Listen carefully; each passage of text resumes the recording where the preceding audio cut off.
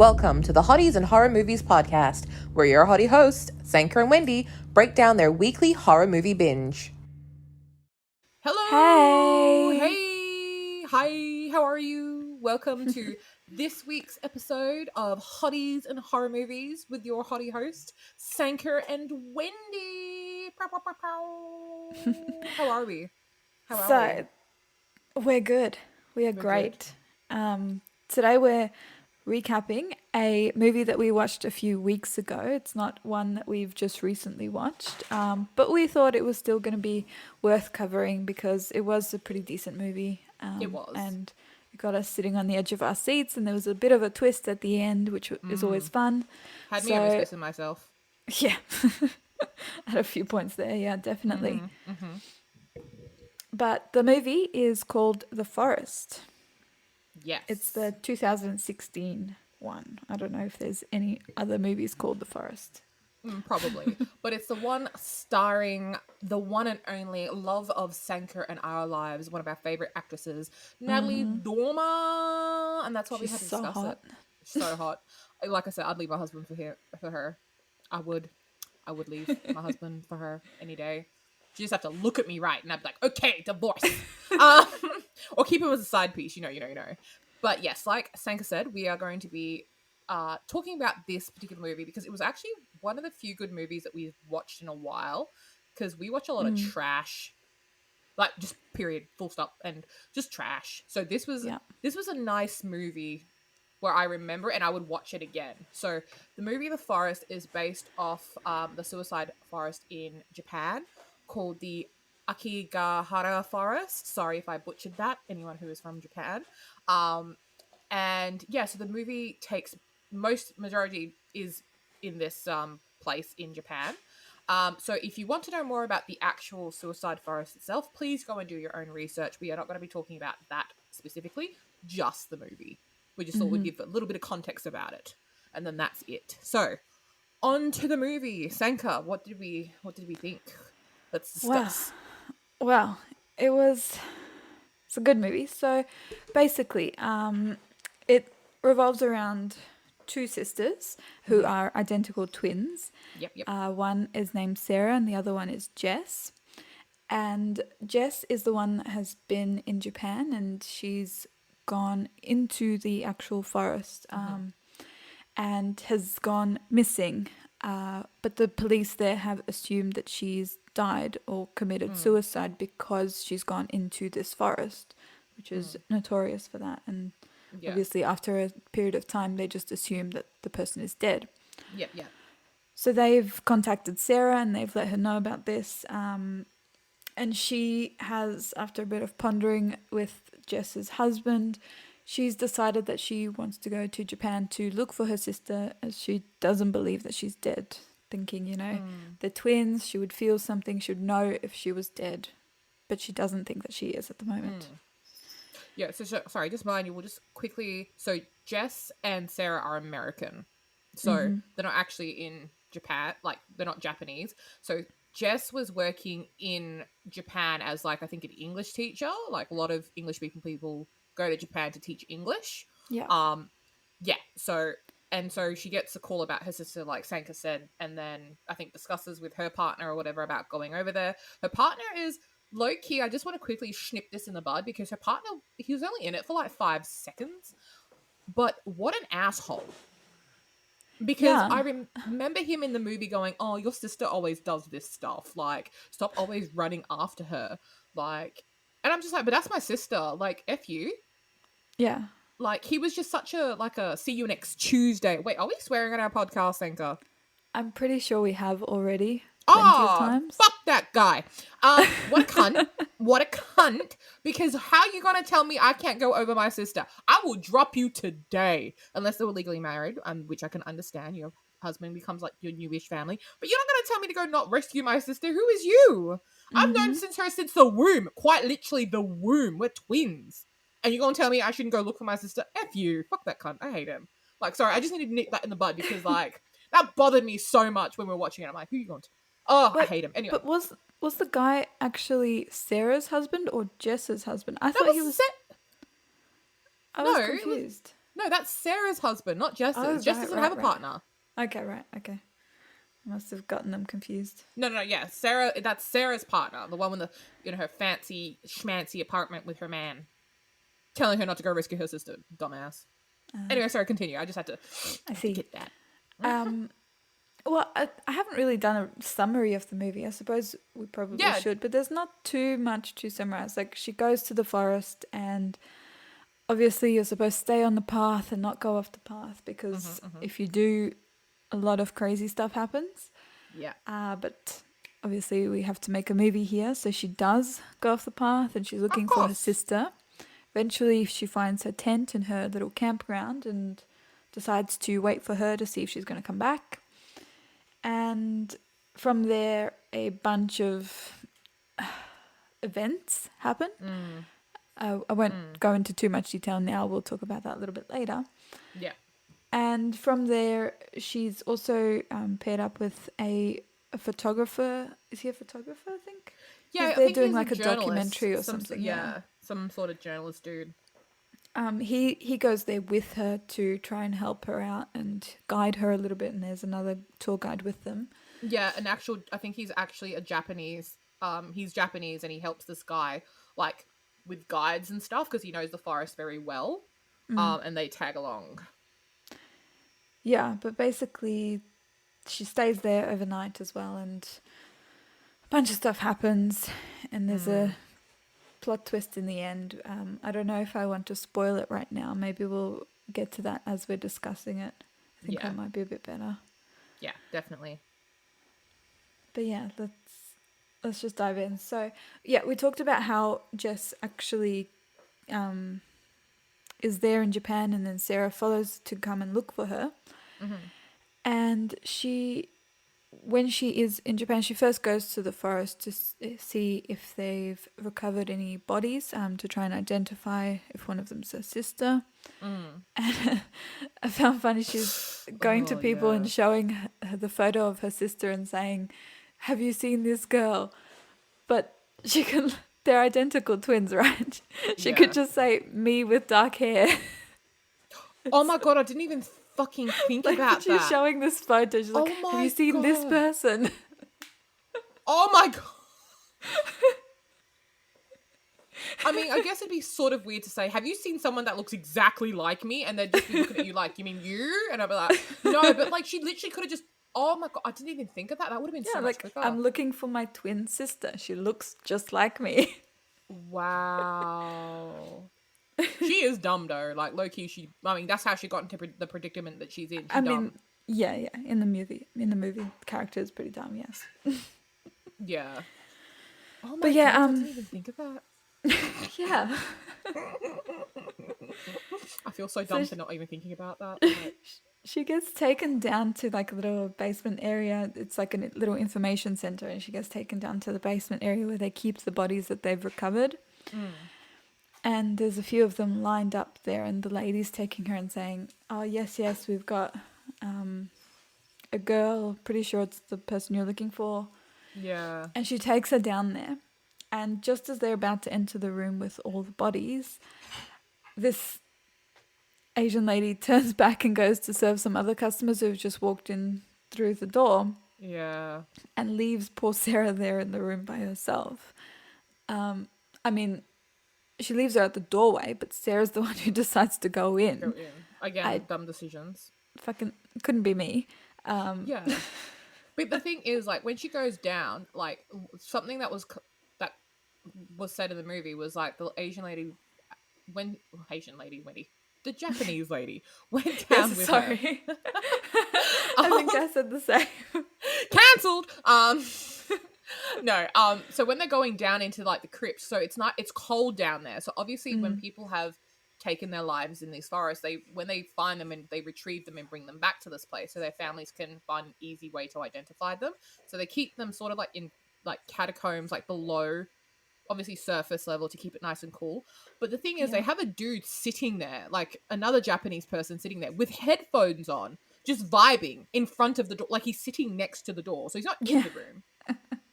He's just in front of it. And then Sarah's looking at him and looking at her like, what is going on here? And she says some out of pocket shit like, oh yeah, the ghosts get restless if Yeah, I someone isn't remember down that. here. That's why old man has like, old mate's got like headphones on, so he doesn't have to hear them scream and get and I said, huh? Yeah, and then she decided to go in there by herself. Stupid. Why? Just wait. Impatience. Like, But yeah, this is a little bit strange. But she looks at the bodies and figures out it's not her sister, so she ends up leaving. yeah, but not before, we get a bit of a jump scare, when someone's toes is moving, like, Yes. in the corner of her eye, someone's twisted and turning under the sheets, like corpses are, got the jitters. Like, there were a bunch of jump scares in this movie. I don't remember exactly where they all were, and I don't really want to talk about all of them, but there were quite a few that kind of got me. Yeah, same. Like, it did have me by the pigtails, I ain't gonna lie. I can admit when I've almost pissed myself. But the story, like I said, it's the story that's interesting mostly to us. Anyway, so she leaves.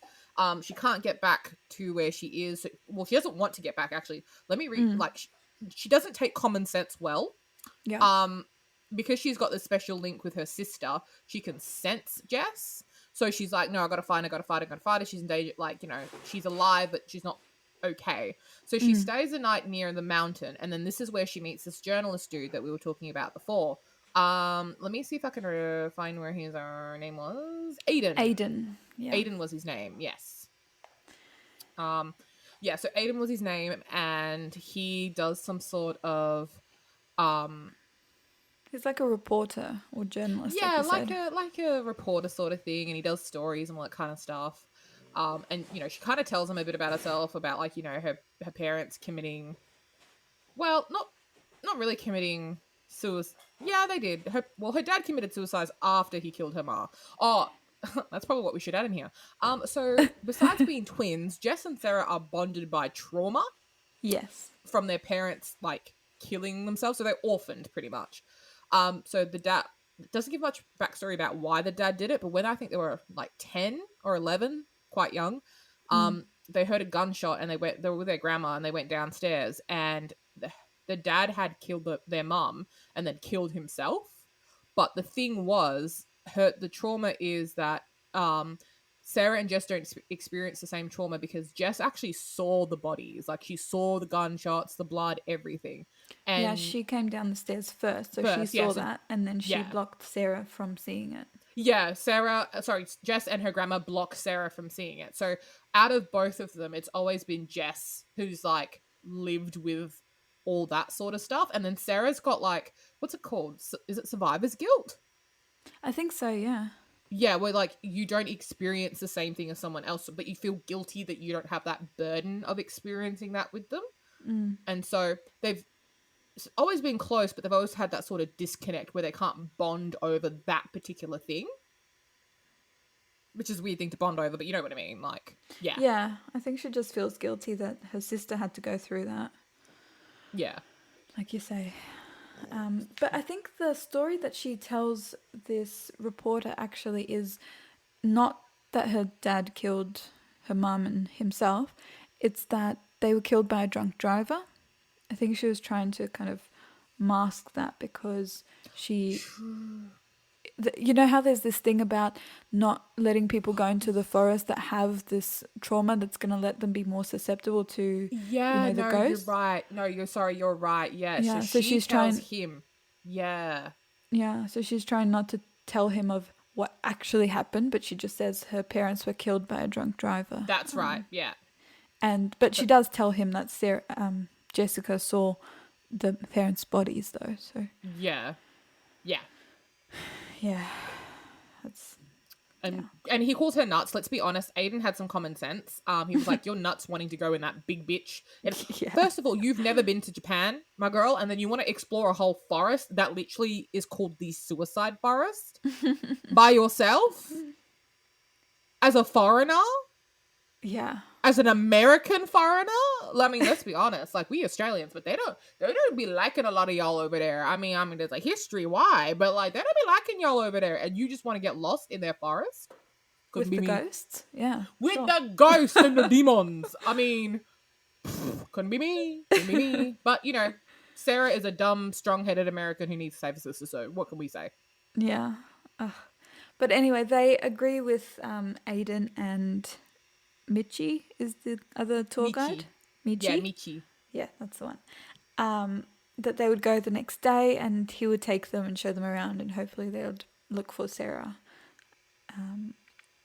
But that night in the hotel that they're actually staying in, we get a couple of jump scares.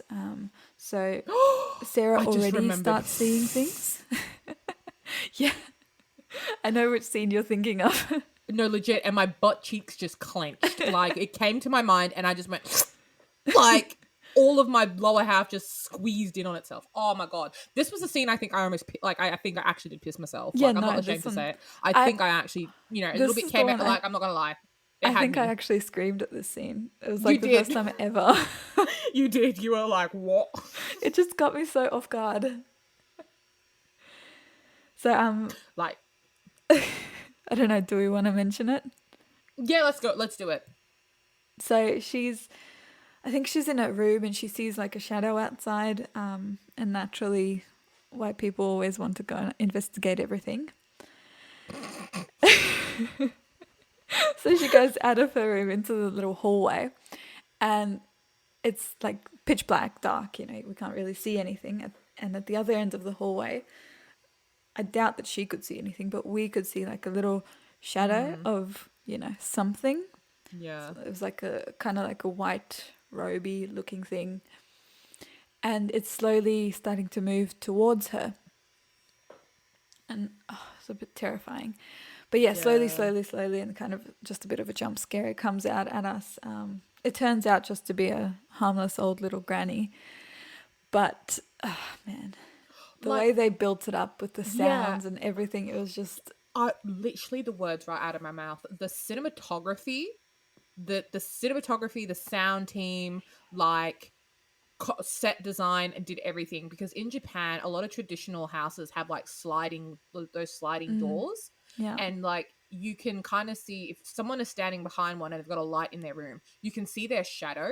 So the way they built up the suspense of the scene was like you know, she's walking down the hallway, you're like, okay, the thing is, it's one of those jump scares that you know is coming, but the way they set it up had you doubting for yourself that it was coming, like, because it didn't go on too long, but it was just enough to make you like, oh, maybe they're just giving us, like, building us up. But then the way they paused it and then the jump scare happened was fucked. Like, I literally, like, Sanka screamed, I pissed myself. You know, I'm not ashamed to say that. Like, it was, the suspense was so good. Like, just everything. I think they used green, now that I'm trying to remember the movie, and it was like a green. The way because they had it was green light bulbs that they'd used in the scene. And so the way it was, like, flickering, it gave us this very eerie,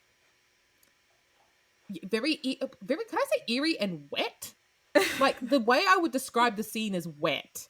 Like, it was, I don't know. I don't really know how to describe it. You know what I mean? Like, moss, algae, like, sort of, like, now that I'm thinking about it, it might be a play on the forest itself. Like, you know, like, maybe green and damp. Like, the scene looked damp, but they were in a house. Yeah. So, very good scene. 10 out of 10 to everybody that worked on that one, because, bruh. And it was so early in the movie, too, and, like, not near the forest, so I just wasn't expecting anything. Nah. It was just, so much. But I suppose, you know, she had been to the forest that day, so something already had kicked in, and she did, I remember when she was walking back, she did see, like, a little, I don't know, hallucination of a couple of school kids walking across the street. True. So I suppose something already got triggered, and maybe I don't know. Just a quick side note, if you hear weird noises coming from my side, it's my dog, not me. And side note, if you hear weird noises from my side, that's my husband. But mind your business. Anyway, let's continue. So the next day, the Big Bag 3, which is Sarah, Aiden, and Michi, go into the forest to begin their search for Jess. Yes. And so they're walking along, following Michi. Um, Everything seems normal so far. And he's taking a very particular route through. So he's not following the path. Obviously, they've gone off the path, but he's following a very particular route that he's obviously done before and he knows is Side note, you need semi-safe. permission to do that as well. Oh, yeah, In yeah. Japan, Permission, yeah. So only a very few people are allowed to have permission to go off, like be authorized to go off the actual path, Yeah. and you do have to be cleared with, I think, the prefecture's government or the government or something like that because of just what happens in the forest. But yeah, Yeah. But after like a bunch of searching, which we'll just skip through because nothing really exciting happened, yeah, they eventually came across. First of all, they came across one tent that was just kind of sitting there, and then they were saying, you know, people who bring tents aren't sure if they want to commit suicide, so they're still deciding at that point. Oh, they did see, I think, one other person that Yeah. Michi went up to. Yeah. Yeah. And then much later on through the day, they did end up finding Jess's tent. And Sarah recognized her things. There were some clothes hanging up, and she recognized it as Jess's. So she got very excited and was looking around, but there was no one else there. Yeah. And obviously she wants to stay the night in case her sister comes back, wants to look around for her, doesn't want to leave. Poor Michi is trying really hard to persuade her to leave because, you know, daytime is one thing, but nighttime, like, you don't want to be there. Especially when you don't know, And that's the thing that bothers me. Like, Michi's like, okay, but if you say you can't leave, like, you can't just run off. Like, you have to stay here. Because like, you don't know the forest. And it's like, no, I feel really bad for him because it's just a case of people wanting to just do what they want to do. Like, if I have a person who lives in that country telling me that something that I want to do is a bad idea, I'm leaving immediately. But, you know, because I try to think about putting myself in Sarah's shoes, and you know what? I can't even be mad because I probably would be just as desperate as her. Like, if my little sisters were lost in a forest, I'd be like, no, day and night, I'd be looking for them. But I think there needs to be common sense at some point because, like, okay, if I get lost in this forest, what good is that for me if I get lost as well? Yeah. Like, I just felt like Sarah just wasn't thinking sensibly. Like, and they would have come back the next day, you know? It's like, I don't know. I also don't think that Jess would be walking through the forest by herself at nighttime trying to get back to her campground. So I don't really see a point in trying to stay there. But yeah, like you say, desperate situation, you know, people act a certain way. Who knows? Exactly. But Aiden, the good guy, decides to stay with her, kind of to more maybe persuade Michi to, you know, allow her to stay because at least Aiden has some experience of being in the forest and, you know, resisting the noises and everything else that's going on. So hopefully he'll look after her. Yeah. Yeah. So they spend the night there. I think Sarah sleeps in the tent and Aiden sleeps outside next to the fire, which personally, you know, I don't know this man, but he would be sleeping in my tent next to me. Exactly. Like, we're in a foreign country by ourselves. Haunted forest. Like, no.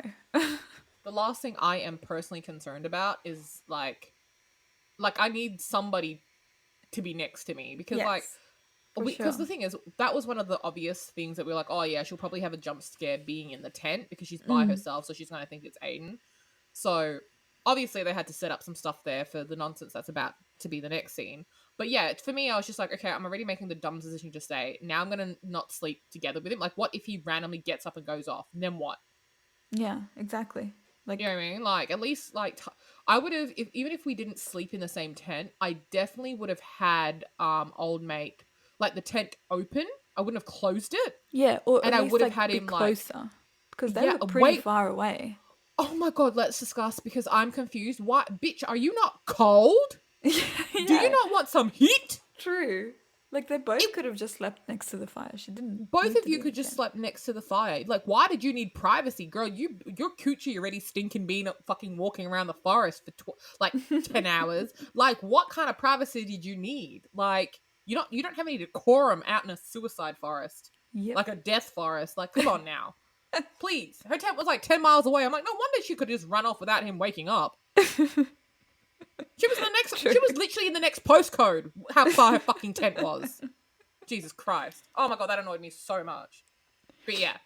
Very So true. obviously, you know, they sleep separately and that's when the nonsense ensues. That's when it begins. Yeah. Yeah, so she hears some noises and obviously decides to get out of a tent and try and follow the noises, like thinking it's Jess. I don't know. I don't know what's going through her head at the moment, because if it was your sister, why would she sneak up? Why would she run away and expect you to follow her? It doesn't really make sense in my head. Stupidity. But yeah, she follows and walks out into the forest, eventually sees a Japanese schoolgirl, which she runs after and tries asking her if she knows Jess, if she's seen Jess. Like, how fucking random, seeing a schoolgirl in the suicide forest and then just asking her about her sister. And in her school uniform, in the movie, Yeah. Michi literally says it becomes so goddamn cold. Yeah. And she's lollygagging in a skirt. Like, what? Like, no. Like, she had bare arms and everything. Like, girl was, I know she was cold. Yeah. Oh, very strange. But this girl she doesn't really answer any of her questions. All she says to her is, don't trust Aiden. You can't trust Aiden. Like, I don't know. It's very, very strange. I don't know. Again, I don't know where Sarah being Jess's desperate. common sense is. I mean, Yeah, Sarah's because common sense is. yeah, it's like Sarah, I'm just like, you just chased a girl.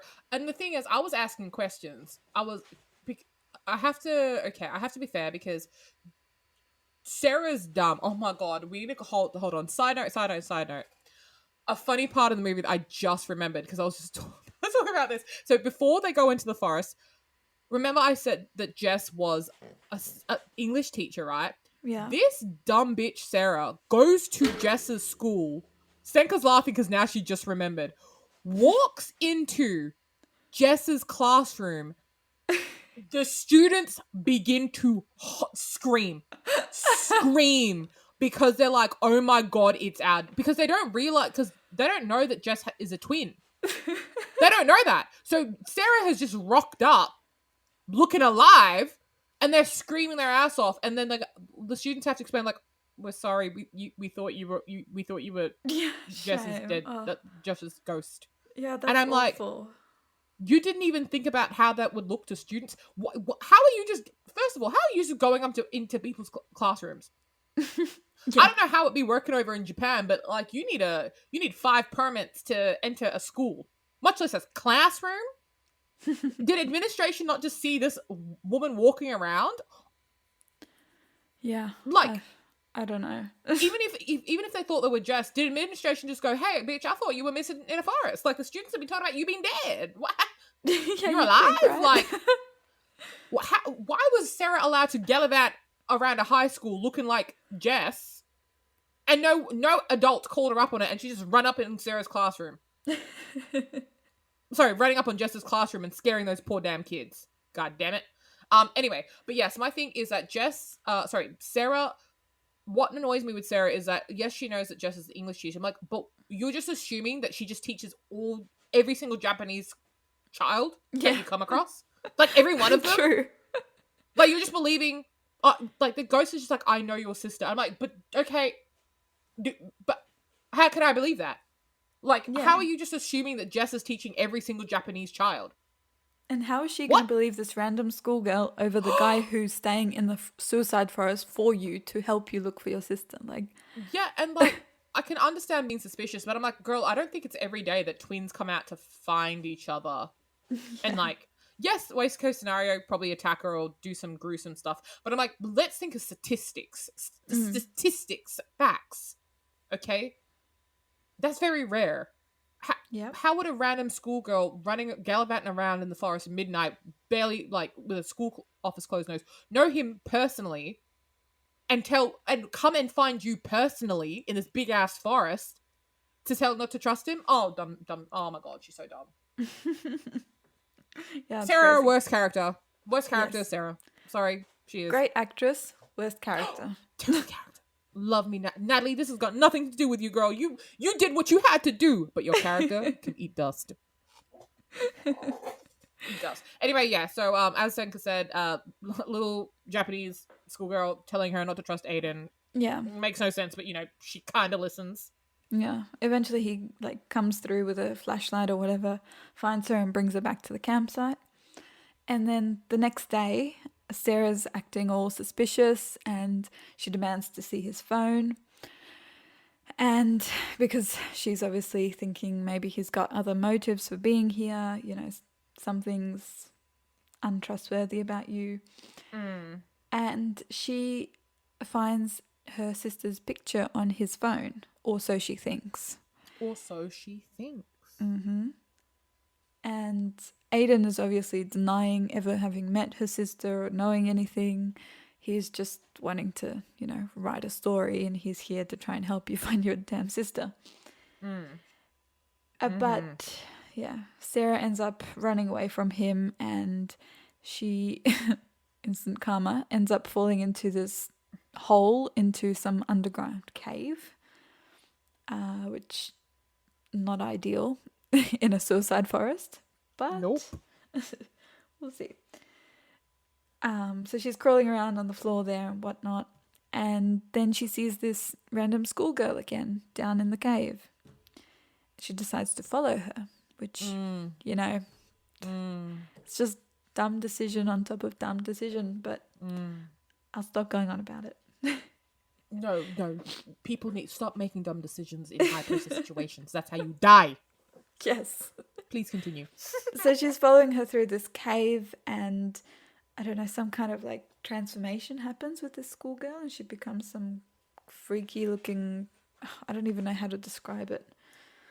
She just becomes very scary. Yeah.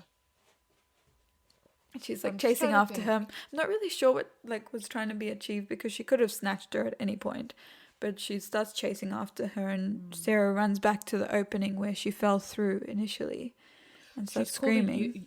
Yuri, the ghost in the movie, or the ghost name, Yuri is what they're called. Sorry, ruined or departed spirit, meaning dead spirit. Yeah, right. But yeah, Aiden hears her screaming, and he throws a rope down and pulls her out, which very nice of him. She didn't deserve that. No. He should have left her ass. He would have been better off leaving her ass right there, finding Jess himself, and then bringing her back. But not even finding, just leaving. Just leave, man. You just try to kill me after I've been here trying to help your ass. Exactly. I'm leaving. I tried. You can stay right here. Could be me. I would have low-key left her, but anyway, I'm a petty bitch. Yeah, for sure. Me too. Oh, your leg is broken? You should have thought about that before you knocked me in the head. Anyway, yeah, continue. But yeah, then they're, going through the forest, and they're seeing a few odd things going past them, like hanging bodies and that kind of stuff. Yeah. And eventually they get to some abandoned ranger station. And they go inside. Did you hear that? That was my chair. Was it? Did you hear that little creak that just happened? That was not a fart. I swear to God, it was my chair. Okay, continue. Sorry. We believe you. It's okay. Shade. Continue. Yeah, so they go into this ranger station, and there's, I think, I don't know, like a main room, and then there's a closed door, and then I think there's another room in there. And somehow Sarah sees there's like a note that gets slipped from underneath that room door. And it says that Jess is in the other room and that Aiden is holding her captive. So we don't really know at this point what's real and what's a hallucination. They're not really making it clear. It's kind of the way they're filming everything, the way everything's going about. It's as if it's all happening. Only later we kind of realize that it was all a hallucination. Yeah. So, Yeah, but Sarah gets all crazy and starts, questioning Aiden and all that. Eventually, she grabs his knife and she ends up killing him because she's, demanding the key for the room, and she's just, I don't know, being completely distrustful and thinking he's got other ulterior motives going on behind this. And she feels very threatened, so yeah, she stabs him with the knife and kills him. Which, man, I don't know. I feel like Aiden didn't deserve it, but No. He was dumb for helping her out, I suppose. Yeah. And at this point, when she's sort of gotten, so when Sarah has gotten to this sort of she's gone over the line of madness. You know what I mean? Like, so she's not believing everything, but she's believing everything at the same time. Like she can't distinguish between anything. Yeah. As this is happening, we actually start to pan to scenes of Jess. So Jess was in the forest. Jess is very much alive. But you can see that she's been injured. But then I think Sarah's moment of like grief over killing Aiden, because she didn't obviously want him to die. She was just thinking she was defending herself. Yeah. But the way the hallucination worked made it seem as if Aiden was attacking her when he was just trying to stop her. And so when she's kind of gone over this line, Sarah sort of like goes, oh my, like we go to the scene where Sarah like snaps her head and she's like, Sarah. So like, she's like, oh my God, I can feel her. And so Jess starts running through the fucking forest, my dude, running. And you got to remember, we're dealing with two people who have experienced grief and loss and trauma in two very different ways. And what Michi was saying was that, the forest, it kind of goes into your boundaries and pushes you over the limit. And I think what was happening here was we're kind of seeing the juxtaposition between the two sisters, where even though Jess has witnessed this tremendous trauma, she kind of plays into her dark side. She's not someone who hides away from the gruesome, whereas Jess, because that's what happened to her as a child, Jess sort of stays away from confronting not only her survivor's guilt, but the darkness that comes with the loss of her parents and sort of the absence of closeness that she feels with her sister. So as we're going through this, we see like the what did I even say that they were, the Yuri. We see the Yuri trying to go for Jess as well. It's not just Sarah. Like, you can, Sarah, Jess can hear noises. She's running around. She's ignoring things. Obviously, Jess will be better versed in what the forest does, because obviously she teaches Japanese children. She was there on a tour with them, all that kind of stuff. So, but I think because of the way they've both handled their grief and trauma, Jess is better equipped to sort of not block out, but like dim those dark thoughts when she needs to. Whereas it seems that Sarah has never done that. So as these two scenes are happening, they're sort of flickering between both sisters, like what's currently happening. Yeah. But yeah, I just thought I'd add that, just because this is where we start to see that, Jess isn't dead. She is very much alive. But as one sister is going one way, the other sister is going the other way.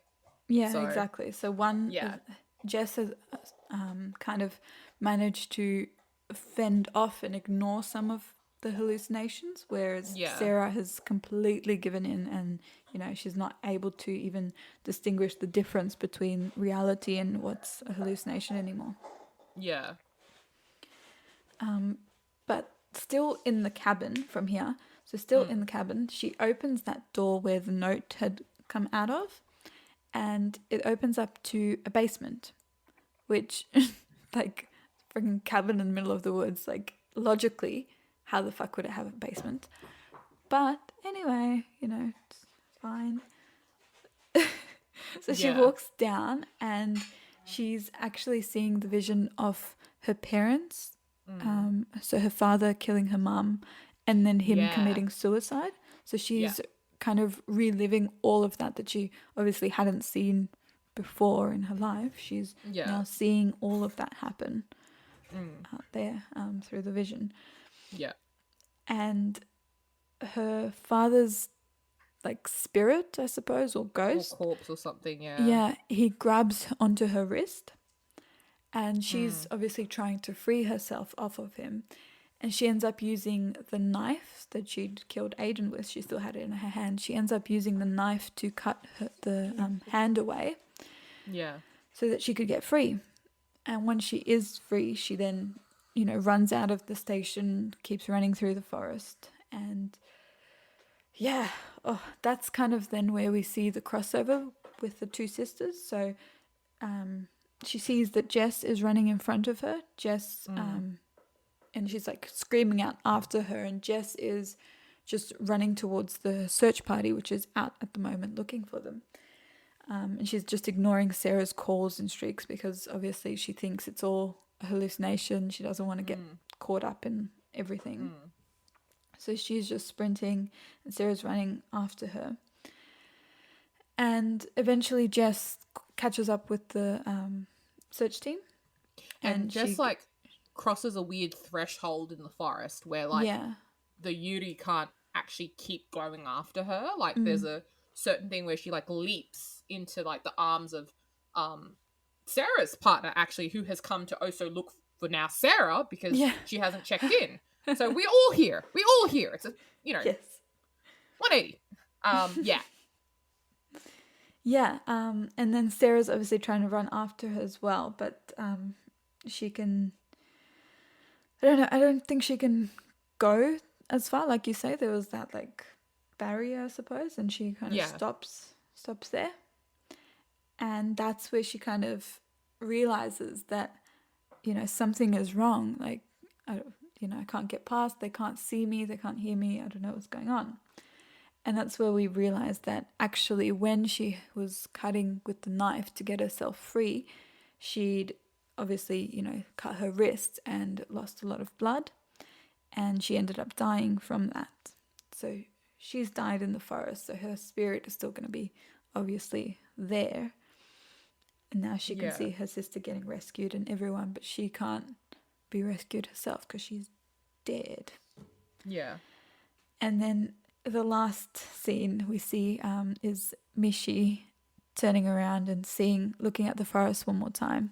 And he sees Sarah and her crazy demonic face now, which is a bit creepy. It's very creepy, actually. Ugh. Yeah, exactly. But yeah, that's pretty much the movie. I know we kind of went through it a little bit quickly and, summarized a lot because, there was a lot of jump scares and stuff, but not anything really we needed to go into too much detail about. It's, the main plot is there. So the main story is covered. Yeah. But so pretty much, that's what's happened in the movie. So like I said, like we both said, that it's a pretty great film. Like the way that the film sort of deals with the sisters, obviously mainly Sarah because she's the one who's mainly in the story. Yeah,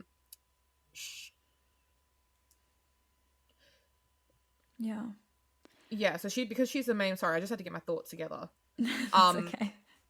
Yeah, so because it's showing the two sisters and how they're going through things, what I really enjoyed about this particular movie is how we deal with grief and how you can live in the same house, grow up with the same people, but you experience things differently. And what a more perfect way than to use twins, because how close to a sibling can you get than, coming out your mama's womb at the same time? Yeah, exactly. Same face, same DNA, absolutely everything, but completely two different people, and how their trauma probably played a huge part in how they became. So it's sort of like Sarah didn't see any of the actual gruesome stuff, but she lived with survivor's guilt, so she had to strive to sort of always take care of Jess. And I don't think Jess ever meant to have her feel guilty. It was just Jess was like, well, I see things differently. And Jess was always trying to find something to sort of keep her occupied. Not so much away from her demons, but just occupied so it wasn't grief. And it's very interesting in the end where the twin that you would think would succumb to the trauma more is the twin that actually is like the fighter, the Yeah. stronger one, the one who can, deal with the not deal. I don't like saying deal, especially when it comes to trauma. You kind of just you learn to live with your trauma. So Yeah. what I liked about this film was starring both the twins dealing with it, especially towards the end of it, and how they sort of one rescued herself in a way, and the other one succumbed to her own grief because Yeah. it was Sarah's grief and the fact that she couldn't experience that with her sister, that she didn't have to go through that. So I think she always was more successful and all that kind of stuff because she had to be she didn't have an excuse to sort of, compared to Jess, she didn't have an excuse about, well, I saw my parents like this, so Yeah, that's true. she had to sort of strive for that excellence and stuff. But yeah, so that's why I really enjoyed the film. And obviously your typical jump scares and all that kind of stuff. But yeah, that's what I think It was for me a that's nice what it was. surprise that Yeah. we had Jess surviving, because I didn't expect it. I didn't I don't know. I figured maybe they just find her, or maybe they just wouldn't find her at all. But I didn't expect her to survive and to actually be sane at the end of it.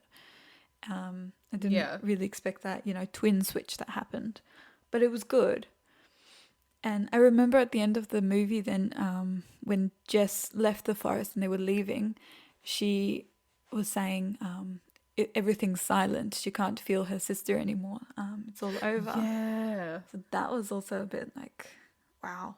I mean, I don't know how real that is. Obviously, I'm not a twin. I can't speak to any of that. But it was interesting to put it in there into the movie. Yeah, exactly. But yeah, I think overall it was a decent movie. It wasn't fantastic, but it was a decent watch. It was, I think, a good one-time watch. I wouldn't rewatch it myself, but yeah, it's a good movie.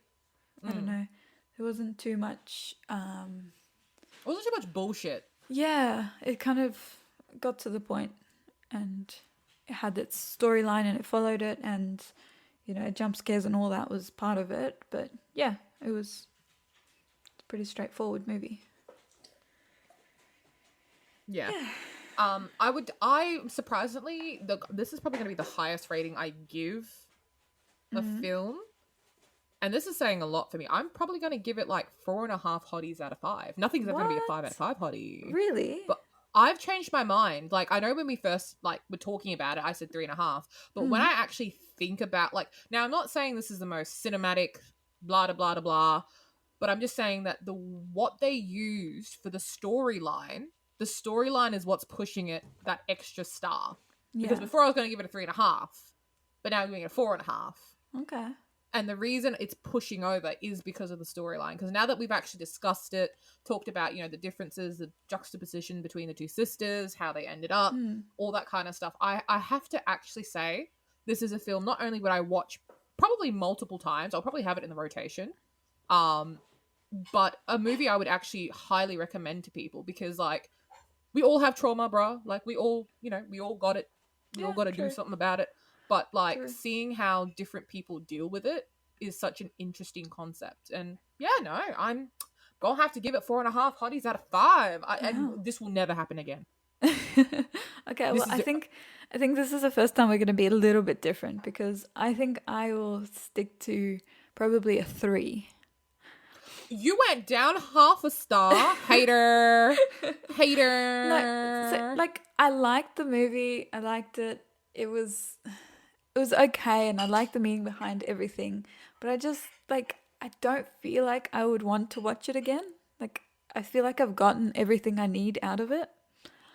Nah. But interesting concept, interesting of the actual story behind the forest as well. I found that very interesting.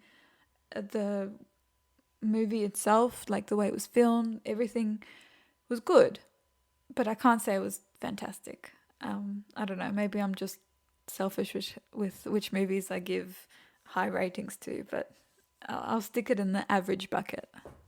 Wow. let it be known that Sanka is a hater, and we will see when she ever Sanka. Well, I think what's the highest rating you've ever given a film? 3.5. 4.5. I gave The 4.5. Conjuring 4.5.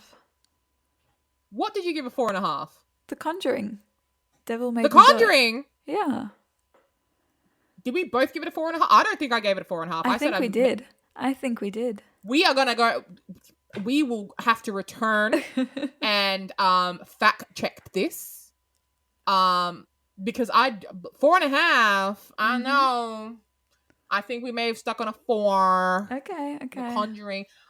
Fact check. We will fact check this for the next episode because I can't believe I would have given The Conjuring a 4.5 stars. Yeah, the devil made me do it. The devil made somebody do it because I cannot remember that. What you mean 4.5 stars? It wasn't that good. I don't remember it being that good.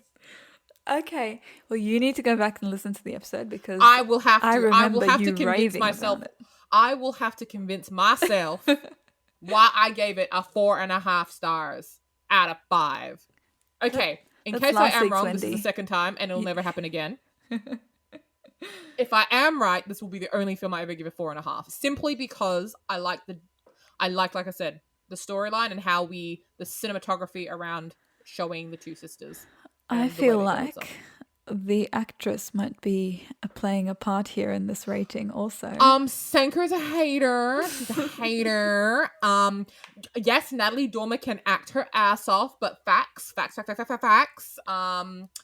What can I say? She did what she had to do. She played 2 people, so she really should have gotten 2 wages.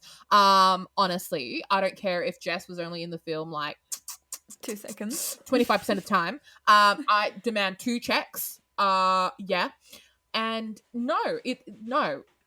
I mean, did it give it Did it give it 2 stars? Did I give it the film already 2 stars? Yes. But like storyline 4.5, and we'll fact check The Devil Made Me Do It.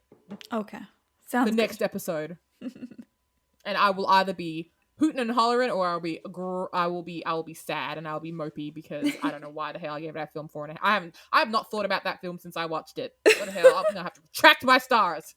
Fucking 4.5 stars. Whereas this one I actually think about because I almost pissed myself. How the hell am I going to give a movie that didn't even make me piss myself 4.5 stars? Was I high? Was I high that day? No, I need to fact check. We will fact check. And come back next episode. Sounds good. But yeah, that is it, guys. That is the forest for today. Episode for today. Now, like we said at the beginning, we do not have a Patreon exclusive live react for this. So please don't expect one because we have already watched it. But obviously visit our Patreon to see the other live reacts that we have. You know. And yeah, that's it. That's all I gotta say. Yeah, all good. And remember to go and like and subscribe on all of our channels and socials. Yep. And so that is Hotties and Horror Movies. That'll be at Instagram, YouTube, Spotify, Patreon. Subscribe. Did I already say Instagram? Do we have a Twitter? Do I need to make us a Twitter? No, we don't have a Twitter, but I don't know. I'll make us a Twitter. I'm messy enough to be on Twitter. You can just do all the professional stuff. I'll be messy. I fight. Sanka's a sweetheart. I fight. But yeah, follow us on there and follow my personal Sanka. Do you have No, I do public not. accounts? I do not. Okay, well, follow me, Wendy, at Wendy K-ish on Twitter, on Instagram, on YouTube. Find me there, being a hot ass mess, being the hottie that I am. Yes.